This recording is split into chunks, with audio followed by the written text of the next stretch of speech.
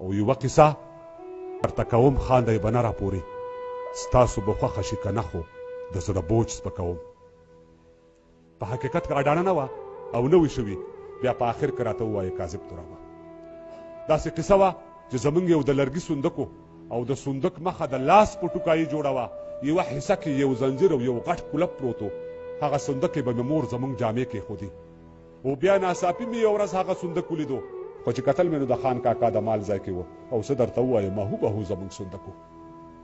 په یوه ساه مې تر خپل کوره ځان راورسو مور ته مې ویلې ادې زمونږ صندوق څه نه دی هغه صندوق یې خو د خان کاکا څاروي ګیا خوري راته مسکی شوه راته ویې ویل لیونیه زویه صندوق او په هغې صندوق کې فرق نشته بس دومره فرق دی چې موږ پکې جامې کېږدو زه دا منمه چې هغوی پکې واښه اچوي ورته مې ویلې ادې خبره شوې به یې زموږ د کلي خلک وایي چې سبا اختر دی دې ځل اختر به په زړو جامو کې نه تېروم تا خو ویلي و چې تاله مې جامې کړي دي او یوه رنګینه شان جوړه یې راته وښودله د خوشحالۍ نه په ما یو نه دوه ځلي اختر شو د خوشحالۍ نه په یو ډوله کوره ووتمه له ډېره نازه مې غرهار یې د موټر شروع کړو زړه کې مې ویل چې سیالي مې برابره شو اوس په یوه ساه به یې تر لوبغالي پورې ورسېدم ښې ډېرې بډې مې د کلي په کوڅو کې وکړې لنډه په دا چې د موټر جلب مې بیا راته وکړو د خولې هارن به مې وهلو بریک ته هم ودرېدم په لاره لاره مې دوه درې ماشومان هم ووهل د خوشحالۍ نه مې په هېچا نظر نه لګېدو په یوه منډه مې تر کوره ځان راورسوه د کلي ښځې به راتلې خپلې جامې یې وړلې خو چې کتل مې د ګاونډ نه یوه ښځه راغله او مور ته مې ویلې چې پلانۍ جامې دې وګنډلې د دې خبرې سره یې سم هغه جوړه واخیسته کومې چې ما ته مور ویلي و چې ستا جامې دي خو ما یې د لاسو نه راکش کړې دا زما جامې دي هغې په ډېره بسترګه یې ما ته پیغور راکړو مور ته مې خپله مزدوري ورکړه او یې ویډلې او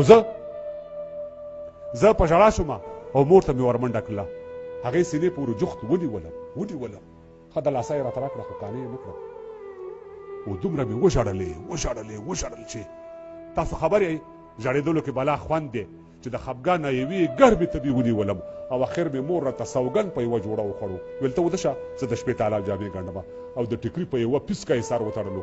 تاسو یقین وکئ بلا مودې تېره شوې خو هغه ښځه مې اوس هم په سترګو ښه نه لګي بیا د سهار د ملازانه سره ډزې وشوې خو دغه ډزې د اختر پسې لا تیزې شولې خو چې راویښ شوم مور مې ناسته وه جامې ګنډلې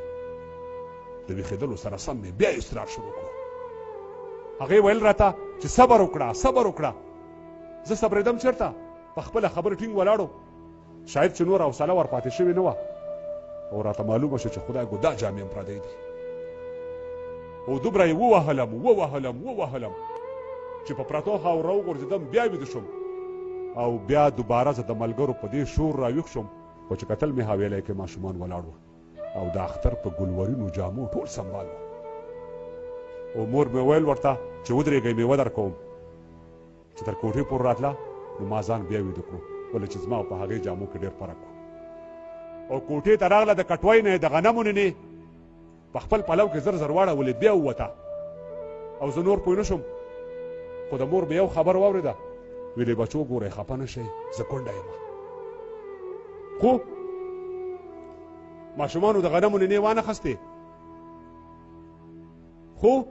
ماشومانو د غنمو نینې وانخستې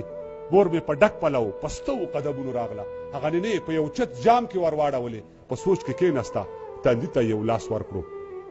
بیا یې د سترګو نه دوه غټې اوښکې راغلې بیا پسې نورې راغلې بیا زه په خړ مخ له پرتو خاورو راپاڅېدمه ورته مې ویلې مورجانې زه جامې نه غواړم خو په دې مې پوه کړه چې د هر اختر کې ولې ژاړې ویل متي الله